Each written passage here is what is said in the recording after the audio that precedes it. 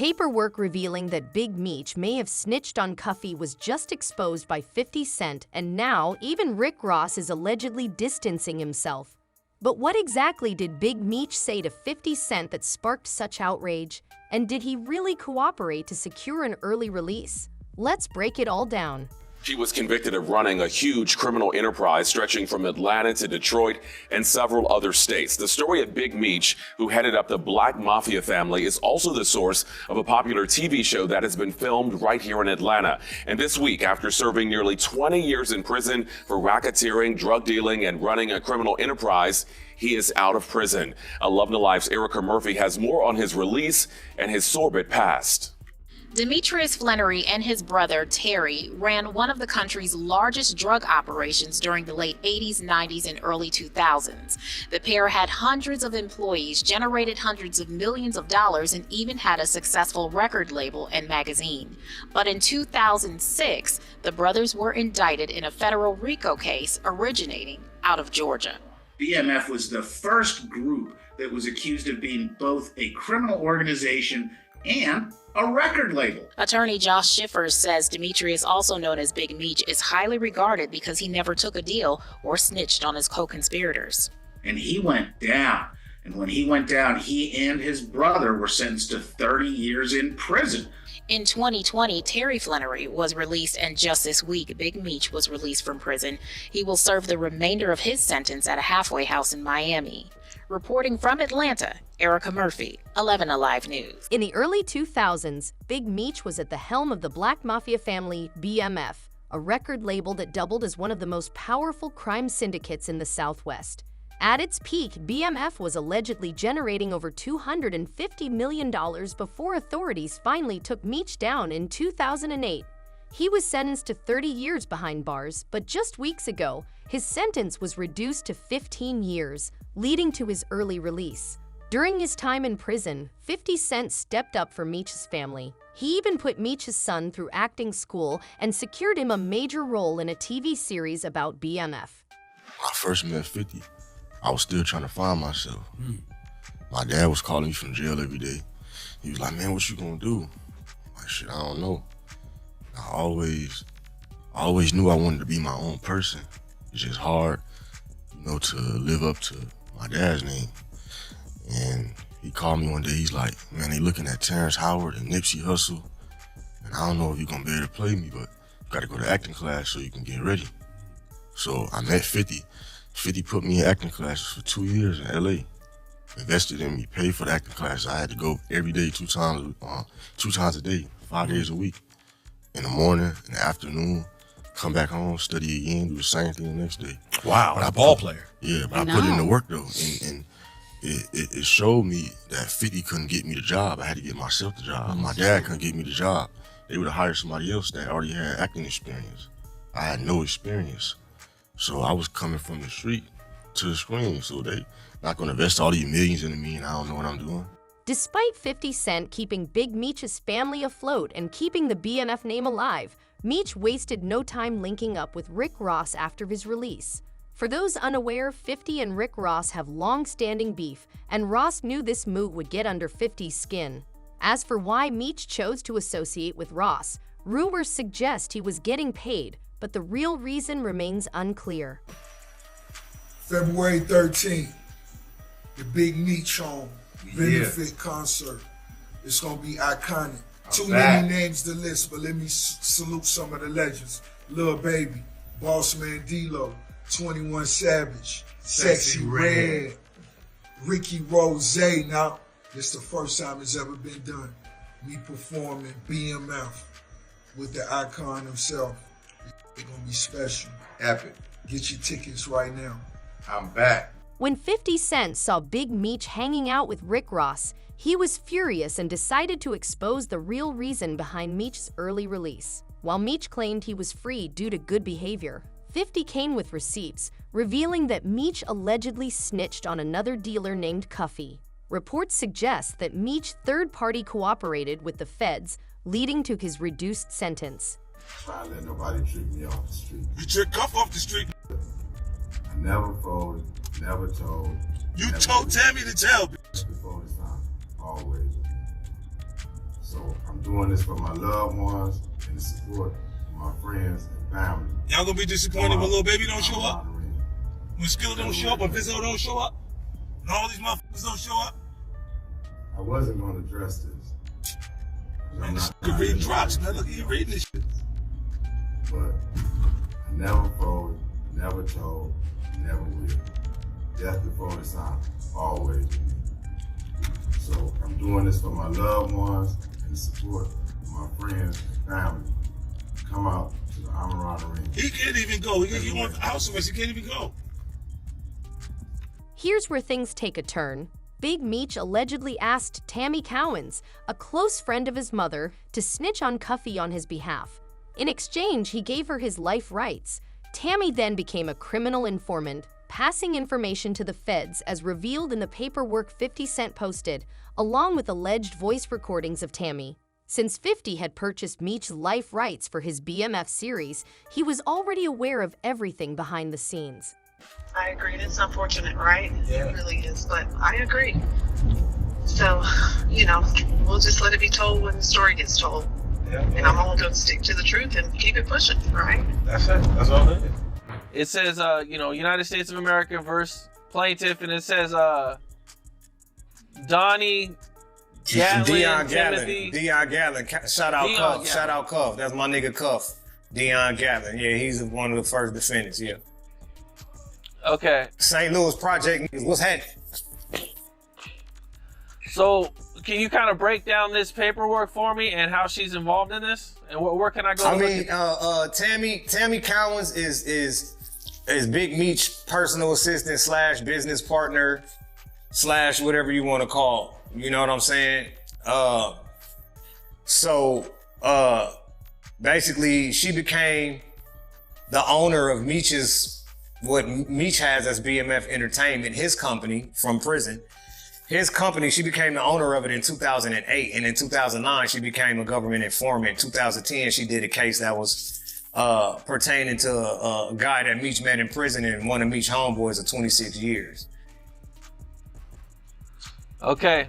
Now, in this paperwork, it doesn't actually say her name. Right, yeah. You will have to it don't say her name.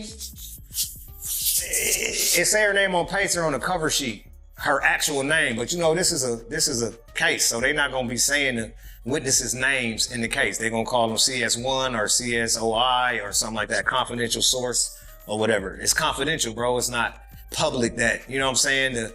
The snitch on the case is not public. You feel me? Until maybe after the case and the people was put away in prison and they out of government hiding and all that shit, and then you get some paperwork and then you might see it. Outside of that, you got to be tapped in. You got to have that pacer. Got to be able to pull cover sheets and shit like that. But when people read the affidavit, it explains to you exactly who she is. And then when people follow or know, or once you get to understand the situation, then you'll get to see exactly who Tammy Cowens is. Kind of debatable for some people. We learned that from Blue Da Vinci that the CSI has sex with the agent. That's why Meech didn't get his time cut from cooperating with the CI. That's what Blue was alleging. Now, if we read to the bottom of this first page, we'll see some paperwork to kind of back up what Blue Da Vinci was saying with that. Also, Cuffy corroborates that story. We agree on that so far, right, Bob? Me and you? Yeah. All right. So let's get down to that last paragraph of that page 1. You were almost there. No, keep going down. Down. Yeah, this page 2. Okay, if that's page 2, then go down. Okay, right here, I'm going to start reading.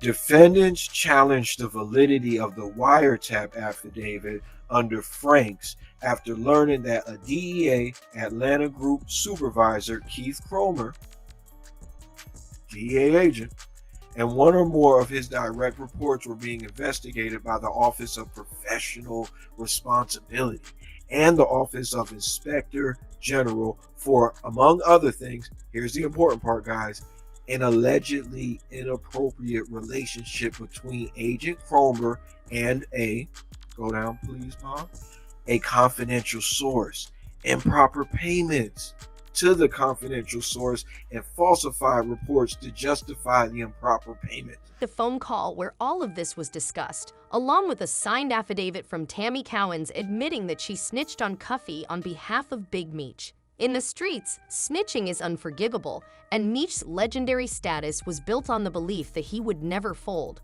It's called Tammy Cowens. She's privileged to what's called the affidavits in support of the wiretaps. Okay. It's like 3 affidavits.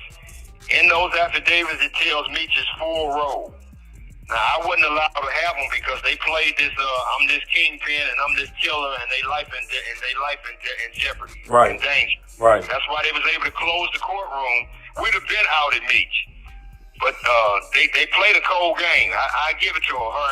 They was playing chess and we was playing checkers. Okay. She used the threat of her life and that I was gonna have some hitmen in the federal courtroom to kill her. And they closed the courtroom to the media. My shit's standing room only. I'm that dude in that city, homie. Right. I'm that dude in that city. Right. So that's why they ain't been came out. But the affidavits in support of the wiretap, she has them. So okay, so she can get them for sure. If she got them.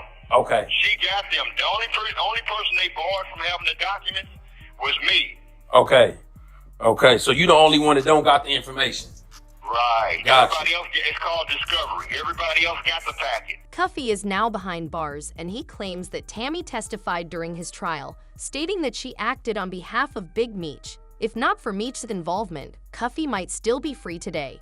As expected, Cuffy holds a deep resentment toward Meech, and now the industry sees Meech as a snitch, causing him to lose the respect he once had. But I'm in here with a 27-year sentence based on Demetrius Flannery, as you all know as Big Meech, and Tammy Cowens, known in the paperwork as CS1. Right. Confidential source 1. So what Big Meech did was called a third-party cooperation. So Tammy Cowens signed up to be a DEA informant to give Demetrius Flannery a time cut, plain and simple. Right. So okay, so can you break down the story? Like, how do you know this? And how'd you come upon this information? how do you know? How do you came upon this information though? We were rewarded what's called a Frank hearing. It's based on a case called U.S. versus Frank. So I would implore your listeners to look the case up. And what a Frank hearing entails is that you're able to cross-examine your accusers, meaning government agents, meaning informants, and so on and so forth, just like a regular trial. So this was testified in court. Period. Point blank. This was testified in court that I became a government informant to give Demetrius Flannery a time cut. That's what was said on the stand, bro. The lady became a government informant to give Demetrius Flannery a time cut. It's clearly on your paperwork. His name is in the paperwork, man. This woman testified. This woman testified in a court of law that she became a DEA informant to give Demetrius Flannery a time cut. You feel me? It don't get any clearer. You know what I mean? Yeah. But I know most niggas don't understand paperwork. So I mean, and that's crazy to me because you niggas call yourself street and you out in the streets, but you don't understand what these white folks are doing. That's crazy to me.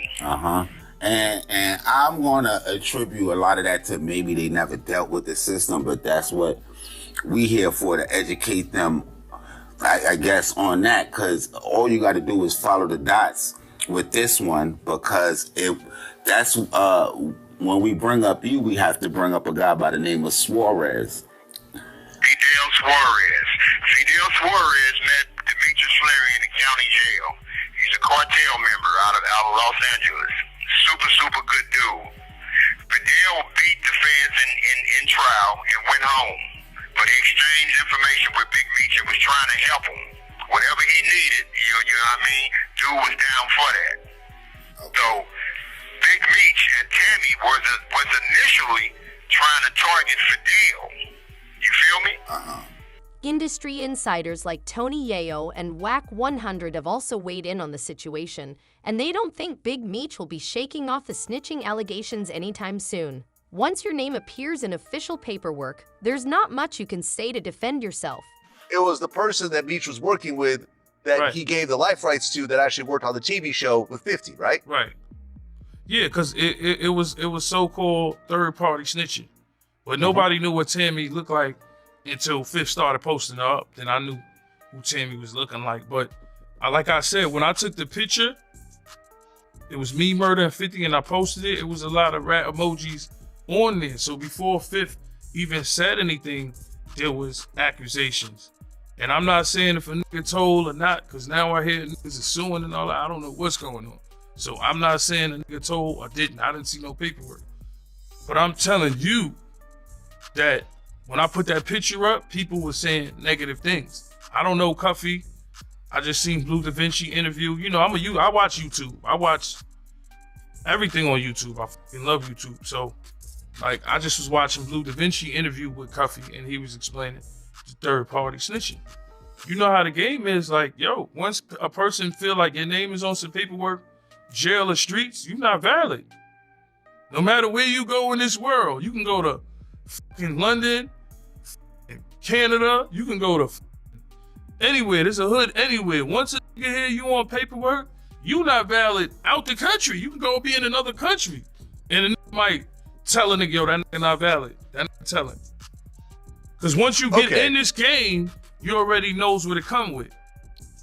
What he said was that Meech never cooperated, but there is a woman who Meech knows that I guess he ended up giving his life rights to. Third party cooperating. Third party cooperating. Which is him cooperating. Oh, you think that's him cooperating? That's a fact. Yeah, that's a fact.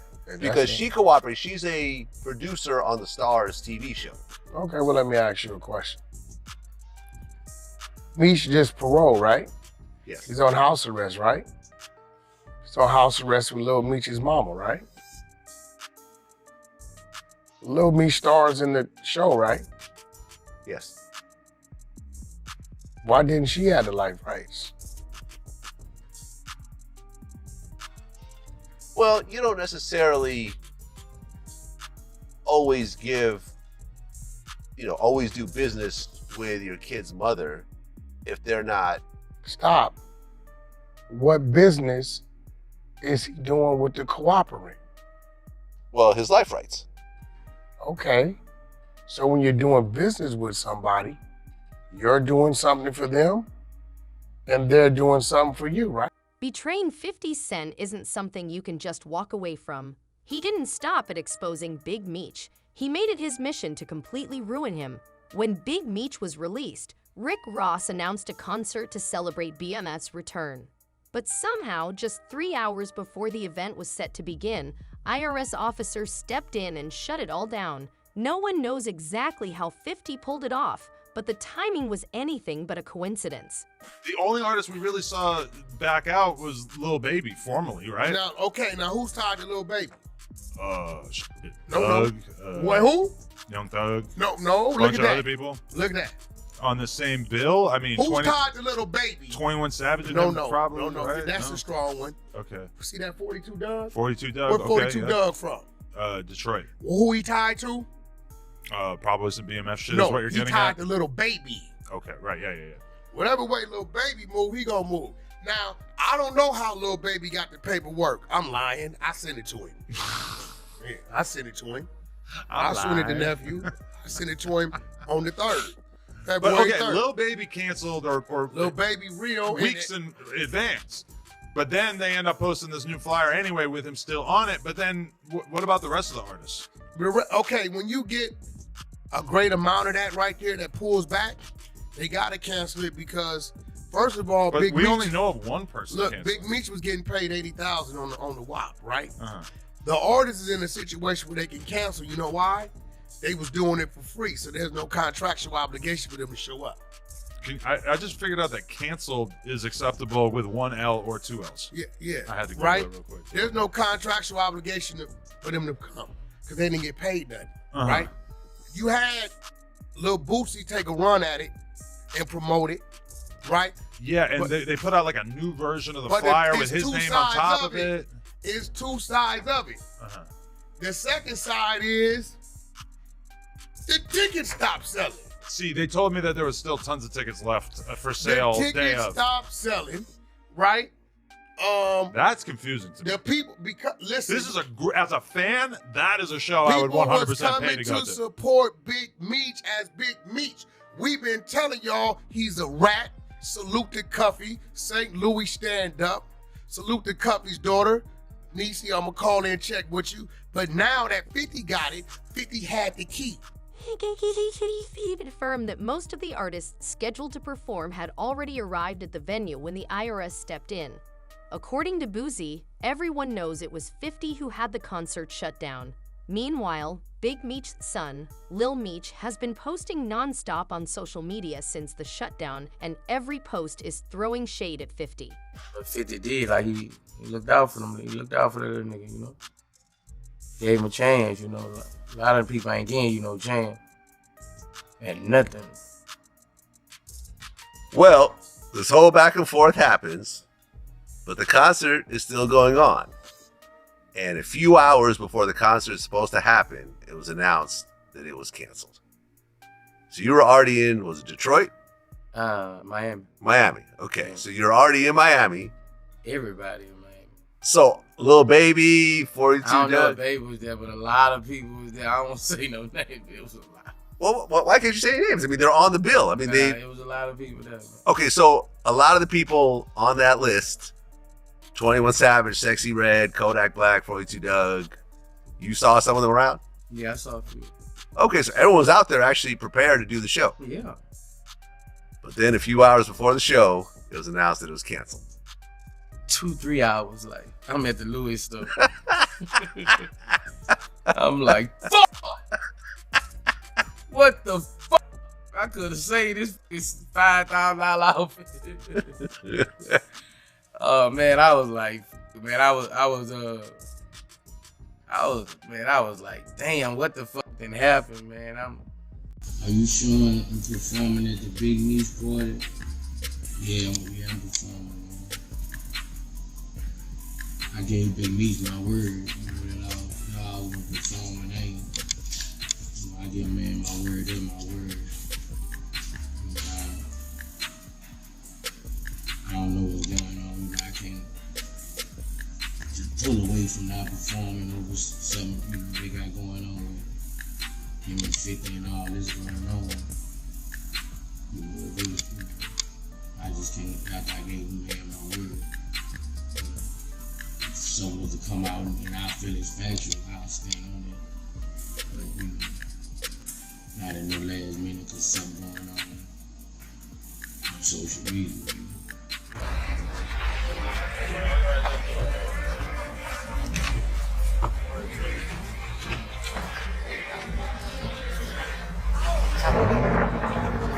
Before Meech's concert was canceled, Lil Meech was doing everything he could to make amends with 50. 50 even posted screenshots of their text messages where Lil Meech was practically begging him to stop exposing his dad and asking for forgiveness. Lil Meech knows exactly what 50 did for his family and how he took care of him while his father was behind bars. Because 50 Cent went to his Instagram page and posted the clip of Rick Ross and Lil Meech getting together. But look what the caption said. The caption's out of pocket. 50 Cent wrote, he said, yo, tell your pops, I'm gonna look out. What's the address? I'm gonna send some wings over there. So Ross is about to send me some lemon pepper wings. Bro, like 50 is not just, he never gonna let up. Just 2 days ago, he revealed that he once placed Lil Meech in rehab and claimed Big Meech was uncomfortable with the relationship between him and Lil Meech. So, yesterday, 50 Cent posted and read, look at this caption. I thought about it. I think he was uncomfortable with me and Meme's relationship. He calls him Meme now because he's saying there's so many memes on the internet. He gonna call him Meech Meme. I'm telling Meme I don't want him doing drugs. He telling him he used to do X like it's cool. I tell Meme, chill, stop spending all your money. He's still telling me how much money he blew. People don't know, I had to send Bing to rehab. Russell Hornsby, he was high as F on set, and he started throwing up at the weapons test. And Ian told me the Lil had whippets in his truck. I said, what the F is a whippet? It looks like that being BB guns. Boozy, however, believes that Lil Meech needs to accept that 50 isn't on his side anymore. He finds it ridiculous that Lil Meech is still trying to make amends and says that if someone did that to his father, he wouldn't go anywhere near them. I mean, Meech, bro, I don't know. Yeah, Meech, I ain't like his response. It seemed like he got a genuine kind of love for 50 on his response. But, you know, my response, man, nigga, fuck you. Nigga, that's my daddy, nigga, fuck you. Nigga, let's go to war, nigga, fuck you. And everything you, fuck you. I don't know what Meech was on something. Nigga, that's my paw, nigga. I don't give a fuck. Right, wrong, nigga, I don't give a fuck. Is it? My son, nigga, my nigga ain't gonna go against this grain. That. I was like, damn, you know, like, seemed like him and 50 got a,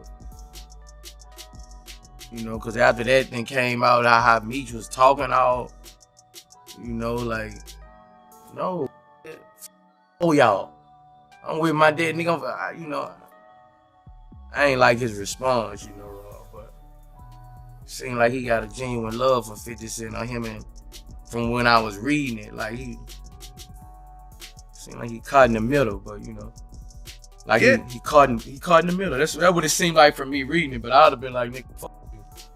An alleged leaked audio of 50 Cent discussing Boozy has surfaced, where 50 claims that Boozy talks tough, but would be the first to call him if things went south.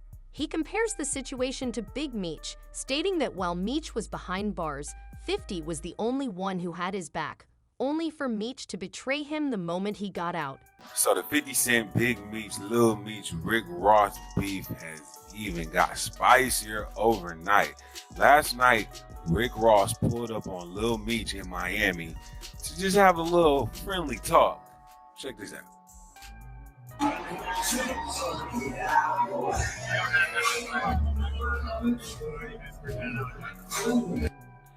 So last night in Miami, Floyd Mayweather threw a party with Rick Ross to celebrate, you know, the end of the weekend of his birthday celebration, and they had a lot of celebrities out. And Rick Ross, you know, he actually pulled up on Lil Meech with the quickness. Baby, so much, how you feeling? Boom, boom, boom. Ricky Rose in the building,